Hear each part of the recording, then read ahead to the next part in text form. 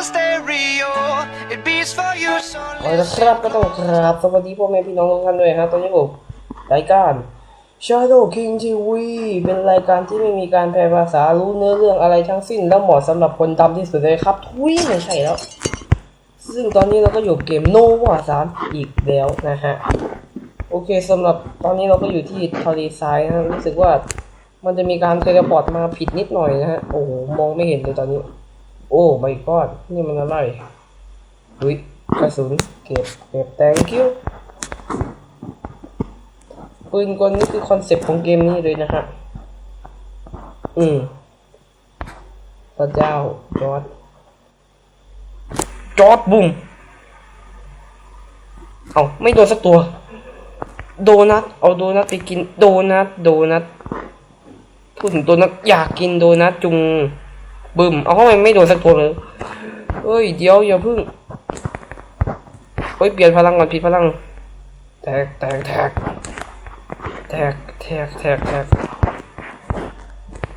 บินไปซะเซฟเกมตายวะฮัลโหลตายเลยมันตายง่ายตายยินอย่างวะอันนี้อะไรนายคือใครอะไรของนายหลบก่อนโอ้หลบโอ้โหเยอะไปไหนครับเยอะก็ไม่ได้กินเราหรอกเราแม่นกว่าเฮ้ยอะไรครับกูอยู่ทางไหนกูต้องไปทางไหนกูสับสนทางนี้ถูกต้องแล้วก็มีศัตรูมาแสดงว่าทางนี้ถูกต้องโอ้โหกระสุนโอ้โหสาดกระสุนมั่วแล้วลูกนี้โอ้วางมั่วแล้วโอ้โห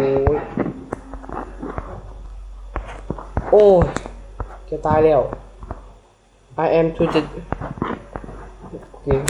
อะไรกันดีวิโรบกระสุนยิงอัดเนี่ยโอ้ยน้อยนาไปกินเอาน้อยนาบึ้มไม่ตายเฉยไม่ตายไปไหนมาไหนก็เจอพวกมึงนี่แหละโอ้โหมีเท่าไหร่ใส่ไม่ยั้งเอาดีโอ้ยอะไรเนาะกระสุนปืนเก็บโอ้ใครยิงตู้โอ้ใครยิงตู้โอ้ย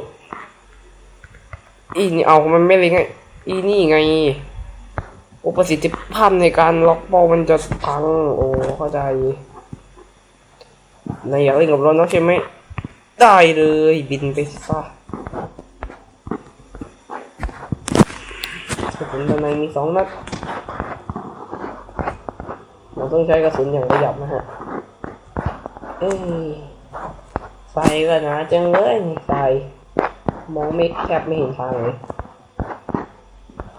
โอเคนี่ไงทางไปโอ้โหยิ่งไฟเยอะก็ยิ่งกระตุกเสียงปืนรู้สึกว่ามันเปลี่ยนไปวะ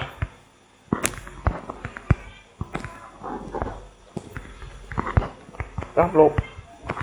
มีอาวุธหน้าอกรู้สึกว่ามันพัฒนาความสามารถของตัวเองได้ฮะคือจากที่ว่ามันโยนระเบิดไม่ได้มันเริ่มใช้ระเบิดเป็นแล้วทำไมปืนกลมันยิงแม่นดีจังวะ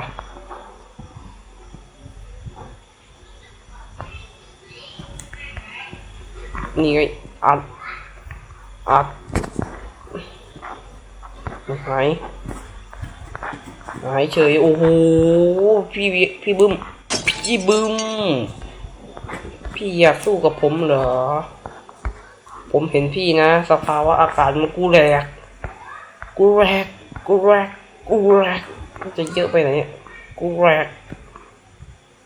ไหนวะ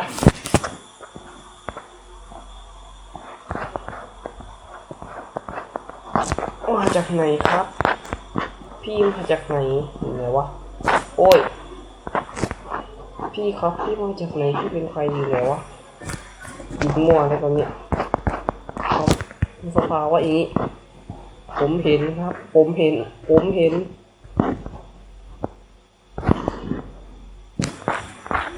รั้งนี่ยิงไม่โดนไม่ได้แดกรู้สึกว่ามีหน่วยบอมแถวนี้อุ้ยน้อยหนานี่101แค่1 คนกูก็จะใช้ระเบิดกูแรกมึงไม่ต้องมีจะดีมากเลยนะพายุใส่กูต้องเข้าไปให้ได้กูจะถึงแล้วกูไม่สนอะไรแล้วโอ้โหนั่นมันทหารฝ่ายไหนวะโอ้ทหารฝ่ายเราโอ้ขอบคุณมากขอบคุณไม่ใช่นี่วะไม่ใช่ทหารฝ่ายเราไม่ใช่แล้วมันไม่ใช่แล้วมึงว่าทหารฝ่ายเราโ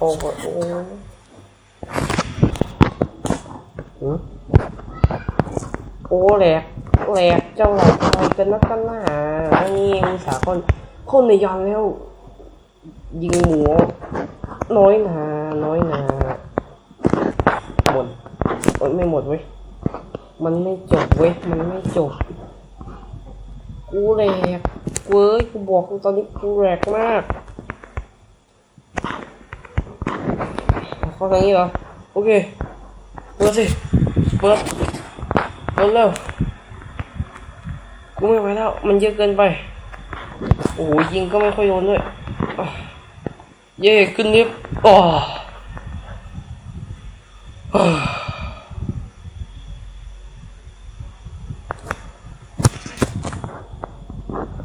ฐานไฟไหนวะฝ่ายมันกูยิงเอาฝ่ายมันเมื่อกี้รู้สึกว่าฝ่ายมันกับฝ่ายกับเอเลี่ยนมันจะเป็นเพื่อนกันหลบครับอัดเอา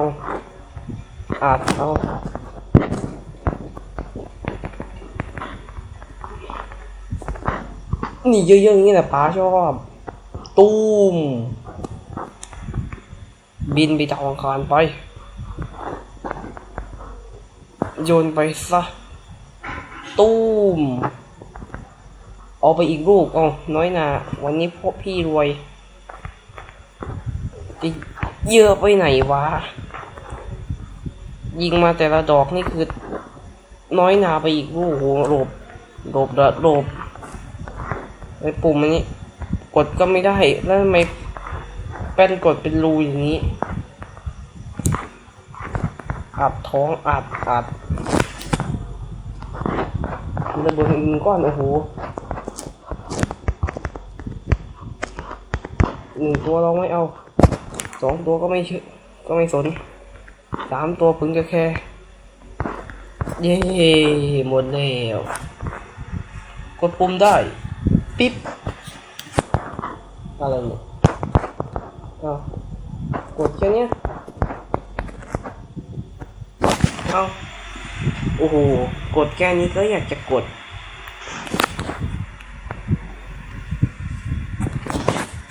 เอาเลยครับสำหรับเกม N.O.V.A 3ก็ขอตัดไว้เพียงเท่านี้ก่อนนะฮะเพราะว่าเดี๋ยวมันจะโหลดนานนะฮะ